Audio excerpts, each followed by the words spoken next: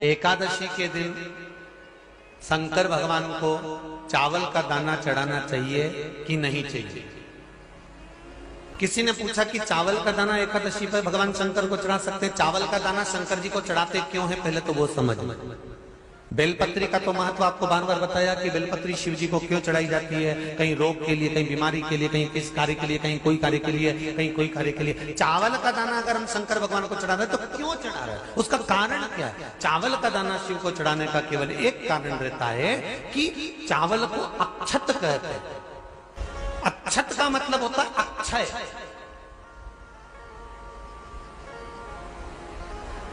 अभी हमारे यहां एक तिथि आने वाली है, अक्षय तृतीया। उसका मतलब क्या होता है, अक्षय, जिसका कभी क्षय ना हो। जब हम भगवान शंकर को चावल का दाना चढ़ाते हैं, जैसे बहुत ध्यान दीजिएगा महाराज, बहुत समझने वाली बात है, बहुत ध्यान से। चावल का दाना हमारे मस्तक पर तिलक करने के बाद पंडित जी क्यों लगाते हैं कि भगवान जैसा समय आज चल रहा है, आप पूजन कर रहे हो, पाठ कर रहे हो, दान कर रहे हो, पुण्य कर रहे हो, सत्कर्म कर रहे हो, भजन कर रहे हो, मेरा देव अधिदेव महादेव, मेरा नारायण, मेरा सत्यनारायण भगवान, मेरा राम जी, मेरा विष्णु जी, मेरा भागवत मैया, मेरी रामायण मैया, ब्राह्मण मस्तक पर तिलक लगाने के बाद चावल इसलिए लगाता है कि जैसा समय आज चल रहा है, भगवान तुमको ऐसा ही समय बनाकर रखे और तुम ऐसे ही चार चांद लगाते रहो, दान पुण्य संकीर्तन करते रहो। इसलिए मस्तक पर चावल का दाना लगाया जाए।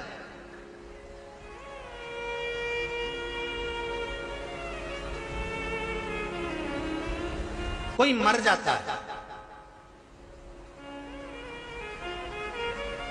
मरने के बाद जब तक पगड़ी नहीं होती तब तक माथे पर तिलक, चावल का दाना लगाया जाता है। जम के बोलो जरा, नहीं लगाते। किसी पंडित जी से पूछो, ब्राह्मण देवता से पूछो, ब्राह्मण देवता ये कोई मर गया, और हमारा तो नियम है कि हम सिर पे तिलक लगाते हैं, चावल लगाते हैं, या पंडित जी से हम तिलक लगवाते हैं, मंदिर जाते हैं तो मंदिर में जाके तिलक लगवा के हम चावल का दाना लगवाते हैं। क्यों नहीं लगाते, उसका कारण क्या है। जब किसी के मरने के बाद 10 दिन तक, 12 दिन तक मस्तक पर तिलक क्यों नहीं लगाया जाता, 10-12 दिन तक माथे पर तिलक या चावल क्यों नहीं लगाया जाता, उसका कारण है कि ये जो समय आया है, तुम्हारे यहाँ जो गमी हुई है, तुम्हारे यहाँ कोई मर गया है, तुम्हारे यहाँ किसी के प्राण छूट गए हैं, तो ब्राह्मण इसलिए तिलक नहीं लगाता आपको, इसलिए चावल का दाना नहीं लगाता कि ऐसा दिन भगवान अब ना लाए, इसको अमर ना करे, इसको अक्षय ना करे, इसको प्रबल ना करे।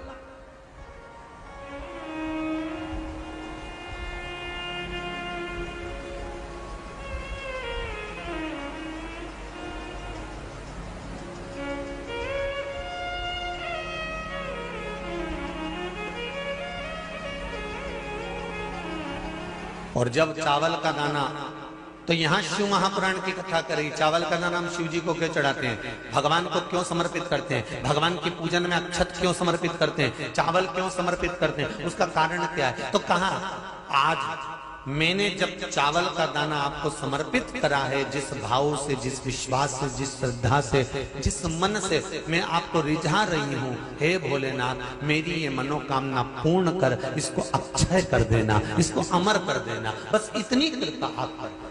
किसी ने पूछा एकादशी के दिन चावल चढ़ाए कि नहीं चढ़ाए, तो यहां तो सीधी सीधी बात है, बीमारी देखकर थोड़ी ना आती है कि नवरात्र चल रहे हैं कि सावन का सोमवार चल रहा है। बीमारी तो बीमारी। तुम चावल मत खा। तिरुपति कौन कौन गया, हाथ उठाओ, ठीक है। जगन्नाथ जी कौन कौन गया, हाथ उठाओ, हाँ ठीक है। द्वारका जी कौन कौन गया, हाथ उठाओ, ठीक है। बद्रीनाथ कौन कौन गया, हाथ उठाओ, ठीक है। एकादशी के दिन कभी तुम बद्रीनाथ चले जाओ, एकादशी के दिन तुम द्वारका चले जाओ, एकादशी के दिन तुम तिरुपति चले जाओ, एकादशी के दिन तुम जगन्नाथ चले जाओ, एकादशी के दिन तुम्हारी मर्जी पड़े भगवान के किसी धाम में चले जाओ और भगवान को भोग लगाओ और उनकी थाली को झांक कर देखना, उसमें चावल जरूर मिलेगा। उसमें ऐसा नहीं है कि चावल नहीं मिलेगा। बद्री नारायण में भगवान को चावल का भोग लगा हुआ मिलेगा, द्वारका में चावल का भोग लगा हुआ मिलेगा, आपको जगन्नाथ में चावल का भोग लगा हुआ मिलेगा, तिरुपति में मिलेगा, द्वारकाधीश में मिलेगा, नाथू द्वारा में मिलेगा, सांवरिया सेठ में मिलेगा, काकरोली जी में मिलेगा। आप जहां जाओगे वहां पर एकादशी के दिन भगवान को चावल आएगा, क्योंकि भगवान के लिए परहेज नहीं है। जो काम में डूबा हुआ है, जो आसक्ति में डूबा हुआ है, जो लोभ में डूबा हुआ है, जो वासनाओं में डूबा हुआ है, जो तृष्णा में डूबा हुआ है, और जो माता के गर्भ से जन्म लिया,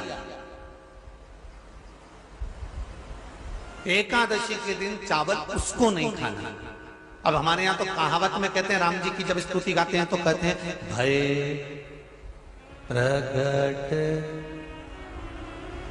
आती है आप लोगों को? एक लाइन तो आती होगी, गाओ जरा। भय प्रगट दीन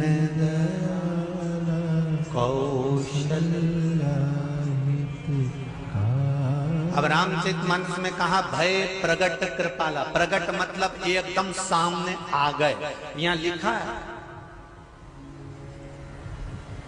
पेदा भय लाला।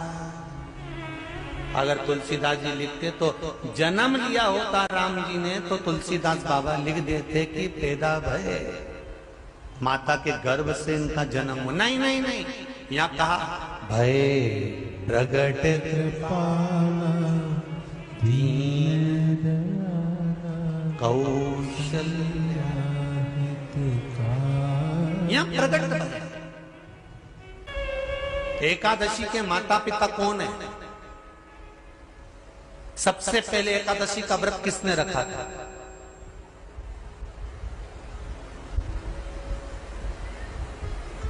एकादशी का जन्म स्थान कहां है? दुनिया के लोग बहुत प्रश्न करते हैं, राम जी अयोध्या में हुए थे, भगवान कृष्ण मथुरा में हुए थे, तो एकादशी कहां हुई थी? तो उसको बताना तो पड़ेगा कहां हुई थी।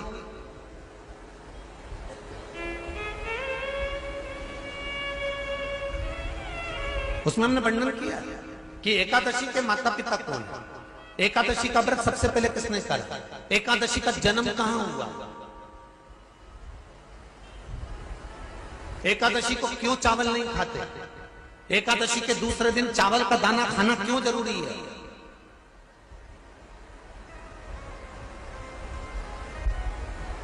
कौन सा तीर्थ है जहां एकादशी को उल्टा लटका दिया। एक एक चीज का वर्णन स्कंद पुराण सब। हर हर महादेव, श्री शिवाय नमस्तुभ्यम। इस वीडियो में आपको पूजनीय पंडित जी बहुत ही विशेष उपाय बताए हैं। आप इस विशेष उपाय को जरूर करें, और जो भी भाई बहन चैनल पे पहली बार आए हैं चैनल को जरूर सब्सक्राइब करें। वीडियो अच्छी लगे तो लाइक करें, ज़्यादा से ज़्यादा शेयर करें।